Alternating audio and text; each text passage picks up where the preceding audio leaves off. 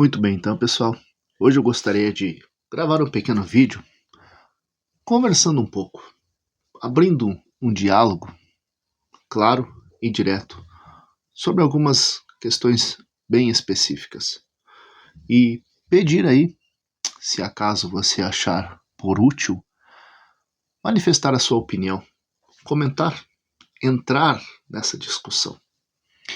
Eu tenho sido um cristão batizado desde 2010. Já fazem alguns anos. E é claro que você não nasce pronto, maduro e entendedor de todas as coisas. E o meu processo foi um processo bem trabalhoso, como creio que é de todo aquele que de fato deseja e busca e se esforça por ser um cristão genuíno. E aí você entra no mundo evangélico, das igrejas evangélicas. E no primeiro momento, é uma característica muito comum, você é extremamente ingênuo. A ingenuidade é uma marca muito forte do cristão no seu princípio. E se fizermos um paralelo com as crianças, né, e o novo nascimento tipifica exatamente isso, você nasce de novo, e a Bíblia fala da necessidade do desenvolvimento, crescimento e amadurecimento. Então você nasce extremamente ingênuo, inocente. E os novos convertidos geralmente têm aquela visão, né, de que todo mundo na igreja é exatamente aquilo que aparenta ser. Né? E as pessoas depositam confiança nessa imagem que elas fazem das outras pessoas, das lideranças, dos obreiros, dos membros em geral. Porém, com o passar do tempo, nós vemos que esta imagem que nós temos das outras pessoas, ela começa a ser colocada à prova, com base nas próprias circunstâncias, nos acontecimentos. E não há exceção. Toda congregação tem os seus problemas.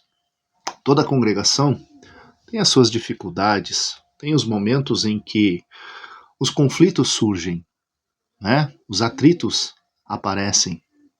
E as pessoas, então, têm a oportunidade de expor publicamente quem de fato elas são.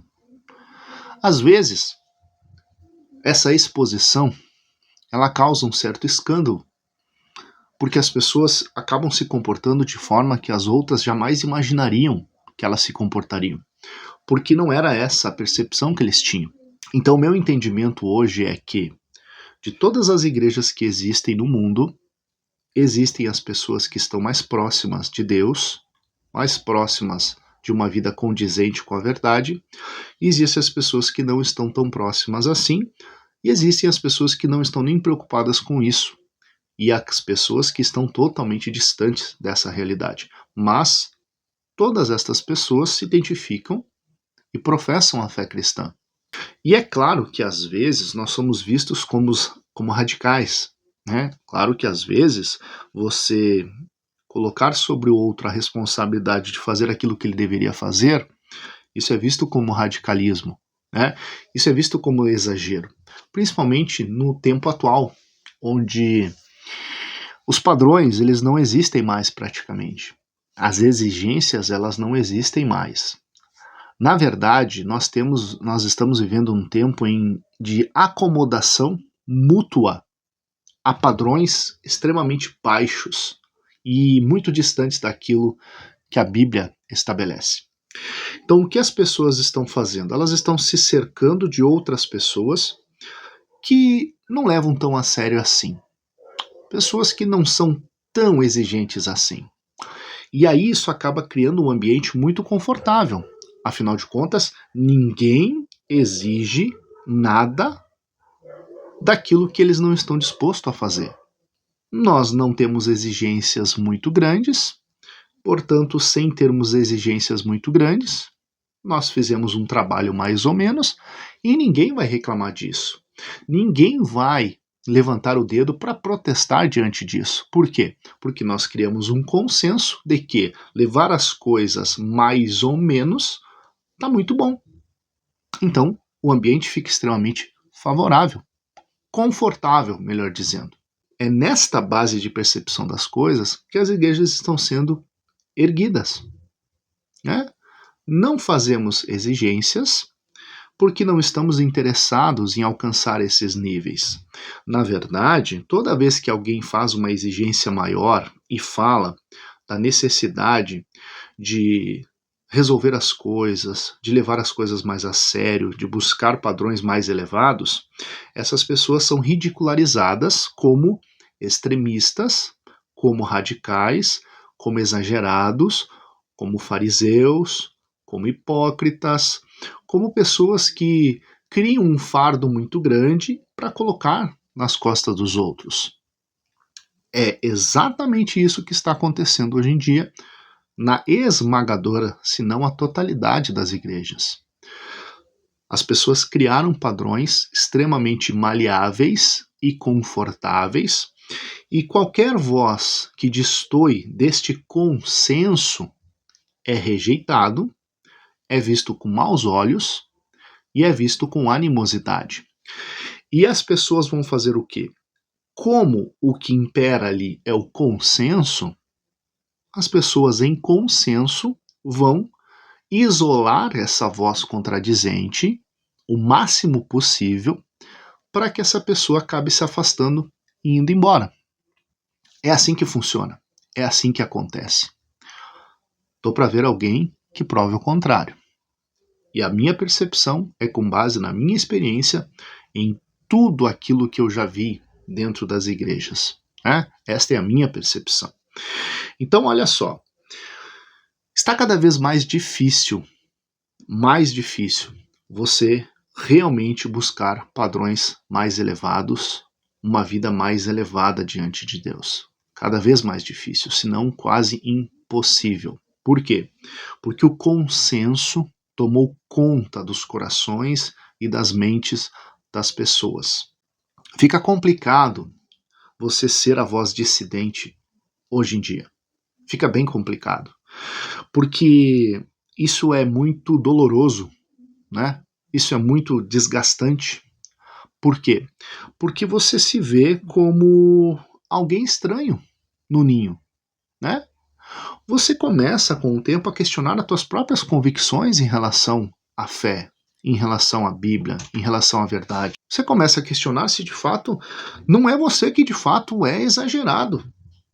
Porque é isso que o consenso procura insinuar constantemente.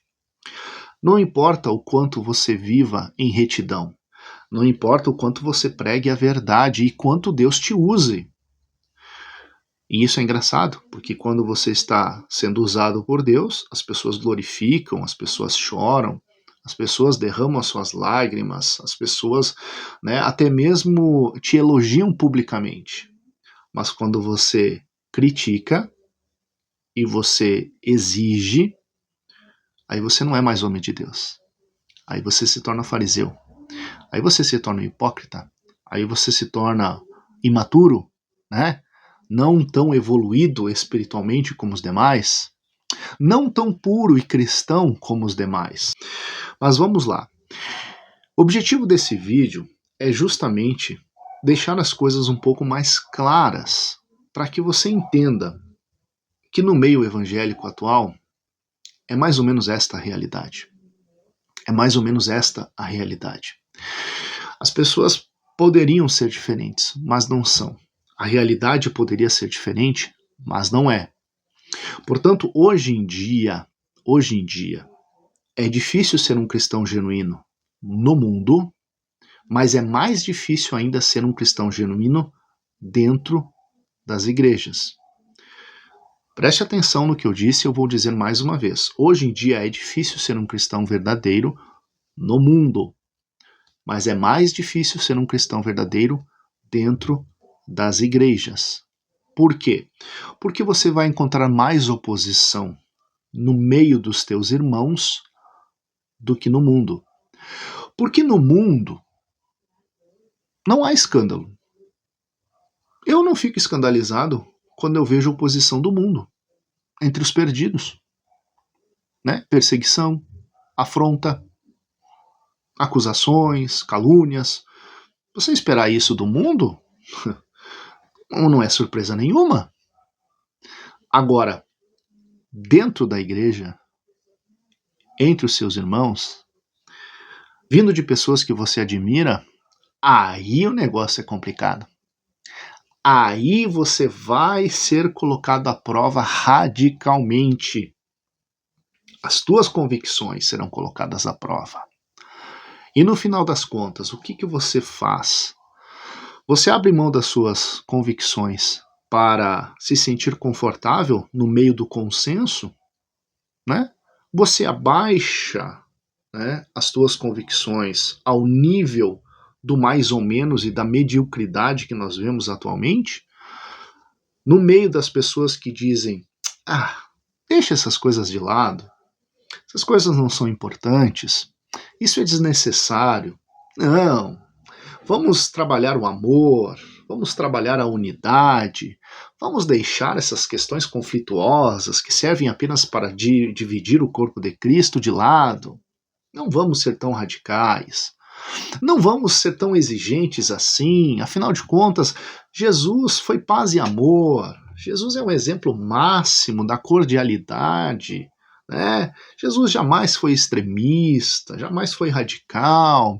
Jesus não tratava as coisas desta forma. Portanto, não seja tão exigente, porque se você continuar sendo exigente, nós vamos ter que te excluir do nosso grupo.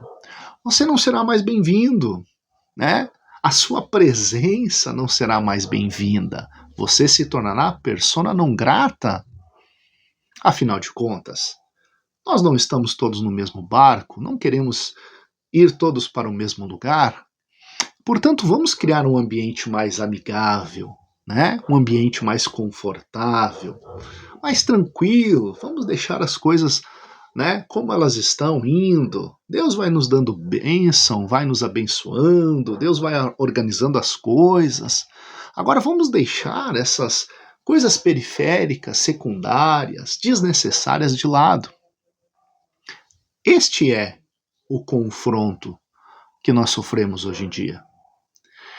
Eu costumo ficar com a defesa que Lutero fez diante da dieta de Worms, quando ele foi levado para explicar acerca dos seus escritos e das suas convicções diante dos seus detratores, seus perseguidores. E é icônica a resposta que Lutero deu. Ele disse: olha, ao menos que eu seja convencido pela razão e pelas escrituras, eu não vou ficar contra a minha consciência, porque não é lícito alguém ficar contra a própria consciência. Portanto, cada um de nós é responsável por criar a sua própria cosmovisão. Cada um de nós é responsável por desenvolver-se espiritualmente e criar raízes profundas e sólidas nas suas convicções.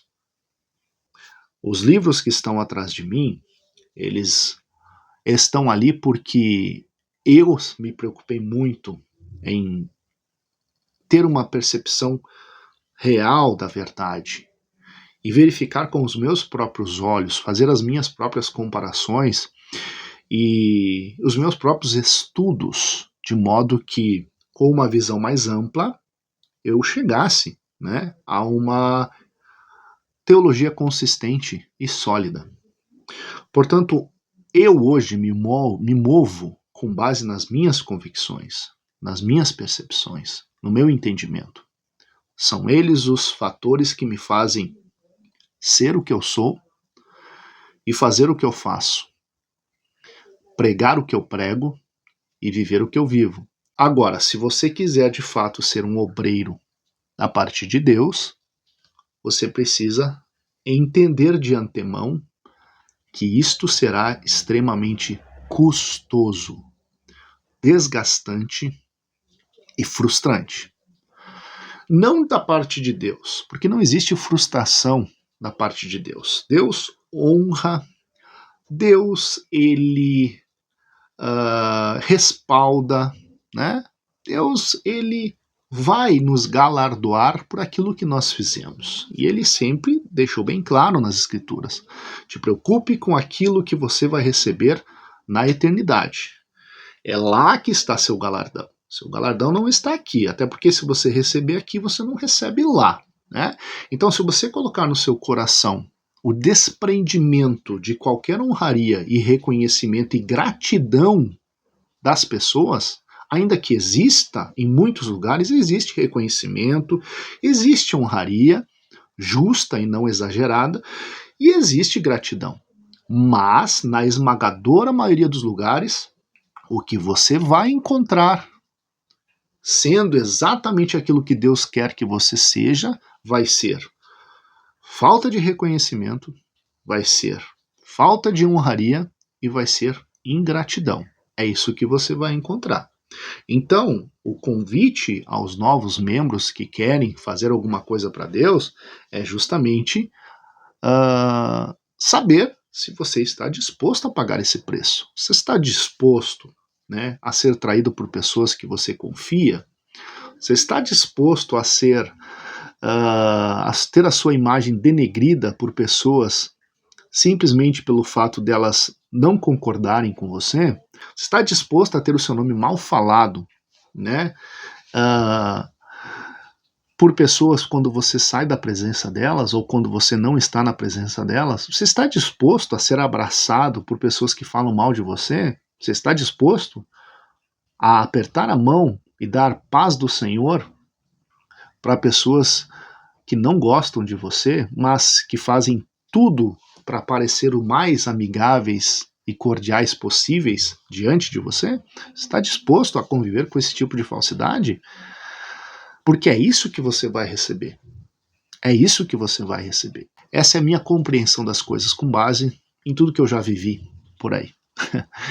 E se falarmos de projeções, as coisas tendem a piorar, e piorar bastante. Portanto, não é fácil ser cristão nos dias trabalhosos, como Paulo disse. Nunca foi fácil. No tempo de Paulo não era fácil. O tempo de Paulo era extremamente difícil. Havia uma perseguição real, perigo de morte, havia uma degradação moral e espiritual do mundo inteiro. Sempre foi assim. Agora, se Paulo disse que haveria um tempo que seria pior ainda, hoje nós estamos percebendo como de fato é pior ainda. Esse é o chamado. Quer ser cristão? Tem uma cruz a carregar. E nunca fez tanto sentido tomar a cruz diariamente. Nunca fez tanto sentido.